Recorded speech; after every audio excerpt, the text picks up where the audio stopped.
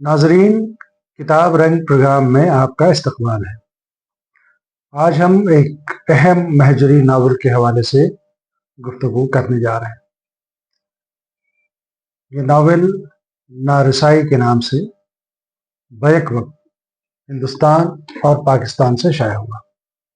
ये हिंदुस्तानी एडिशन है जिसे world Urdu research and publication centre ने शाया किया है। बहुत ही ज़ख़ीम नावल है। 576 सफ़हात पे ये मुश्तमिल है। रुबीना फैसल साहिबा जो बुनियादी तौर पर फैसलाबाद की रहने वाली हैं, उनकी इब्तदाई स्कूल की तालीम हाई स्कूल तक फैसलाबाद में हुई।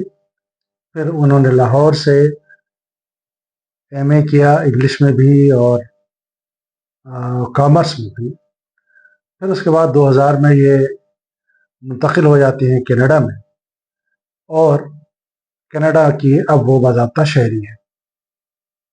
रुबीना फैसल साहिबा को मैं एक दहाई से जानता हूँ, बल्कि उससे ज़्यादा से जानता हूँ, लेकिन मुलाकात सिर्फ 2 बार हुई है।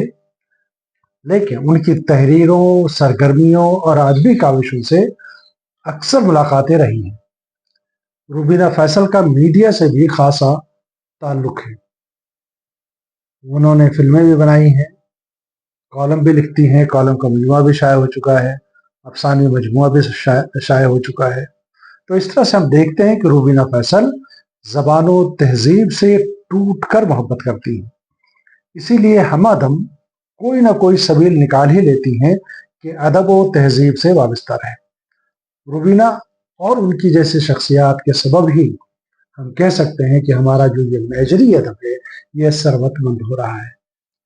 उनका ताज़ा तरीन नावल ये नारसाई काफ़ी मकबूल हो रहा है, और हिंदुस्तान में भी और पाकिस्तान में भी। इस नावल की ख़ास बात यह है कि उसलूब बहुत ही सादा है, लेकिन तासुर से भरपूर इजहारिये ने इस नारसाई नावल को मासिर समाज का बयानिया बना दिया है।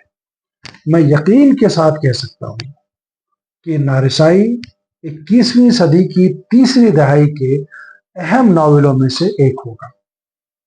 चूँकि अभी इस पे तहरीरें आ रही हैं, शाये हुए अभी 1 साल भी नहीं हुए हैं, और काफ़ी इस पे गुफ्तगू हो रही है। इसलिए मैं कह सकता हूँ कि 21वीं सदी की तीसरी दहाई का ये महजरी अदब का ये इंतहाई अहम नावल। अच्छा, फ़िक्र व उसलूब के लिहाज से जैसा कि मैंने कहा, सादा है मगर पुरकार है। इस नावल में हयात का कोई नया तजर्बा तो नहीं हुआ, लेकिन बयानिया को इन्होंने एक बिल्कुल ही नया अंदाज दिया है। अच्छा, पूरे नावल में मुर्दा जिस्म की जिंदा रूह बोलती है। वो रूह सोचती है, मुशाहिदा करती है, लोगों को पहचानने और समझने की गलतियों का तज्जिया करती है, और नैरंगियों से भरपूर इस दुनिया की कराहतों का नजारा करती है। ये इस नावल का इजहारिया है, बयान का तजर्बा है। अच्छा, इस नावल को लिखते हुए रुबीना फैसल जिन तजर्बात से गुजरती हैं, उसका इजहार इन्होंने अपने दिवाचे में किया है, और इन्होंने लिखा है कुछ दिल की बातें। मैं चाहता हूं कि नाजरीन इसको सुने, ताकि अंदाजा हो कि उन्होंने नावल किस तरह से लिखा। इब्तिदा पहला ही जुमला है, इस नावल को लिखने का ख्याल कोई 5-6 साल पहले आया। लिखते, काटते, संवारते कोई लगभग 3 साल का अरसा बीत गया। यह मेरा पहला नावल है। कहा जाता है कि अच्छा नावल लिखने के लिए कम से कम 100 नावल जरूर पढ़ लेने चाहिए। मैंने इसका उलट किया। पहले जितने नावल पढ़े थे उनको जहन की खिड़की से साफ किया, और फिर एक ऐसी औरत की जिंदगी में दाखिल हो गई जो असल में हर औरत है, और फिर कहीं जाकर नारसाई वजूद आया।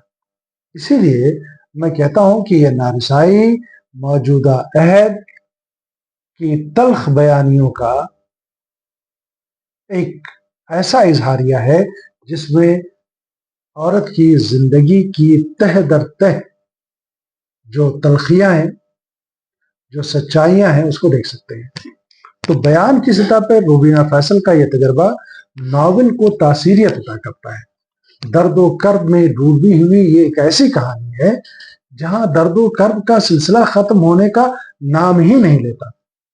زندگی کے پرپیچ راستوں سے گزرتے ہوئے ناول کا مرکزی کردار زندگی کے ایسے سربستہ رازوں کا انکشاف کرتا ہے اور ایسے چہروں کو بے نقاب کرتا ہے جس کا اصل زندگی میں تصور کرنا مشکل ہے۔ زندگی کی اسی دو رنگی کو کمال تخیل اور مشاہدے کی قوت سے روبینہ نے اس ناول کی کہانی کا تانا بانا اس طرح بنا ہے کہ کہانی اصل زندگی سے قریب تر ہو گئی ہے۔ ناول کو پڑھتے ہوئے عورت کی زندگی کا داخلی کرب اور دنیا میں کچھ نہ کر پانے اور کچھ کر گزرنے کے جذبے کے درمیان چکی کے دو پارٹوں میں پستی ہوئی عورت کی اپنی عبرتناک کہانی ہے۔ اچھا، اسے کئی طرح سے دیکھ رہے ہیں قارئین اور مستقل اس پہ تحریریں آ رہی ہیں، لیکن اگر یہ تاریخی ناول ہے، کسی شخصیت پر مبنی ناول ہے، تب بھی انہوں نے ایک عورت کو سامنے رکھ کر کے دنیا کی تمام عورتوں کے درد کو، کرب کو پیش کیا ہے، اور آخر میں روبینہ نے اس ناول کی کہانی کے ذریعے معاشرے کے سامنے ایک سوال کھڑا کیا ہے، اور وہ سوال یہ ہے کہ یہ ناول عورت کی زندگی کا کرب اور عیار و مکار افراد کی شکار عورت کی زندگی کا المیہ ہے۔ میں یہ کہہ سکتا ہوں کہ اس طرح سے یہ معاصر سماج کا بیانیہ ہے۔ میں روبینہ فیصل کو اس اہم ناول کی تخلیق کے لیے مبارکباد پیش کرتا ہوں اور امید کرتا ہوں کہ یہ ناول آنے والے وقتوں میں مزید مقبولیت حاصل کرے گا۔ شکریہ۔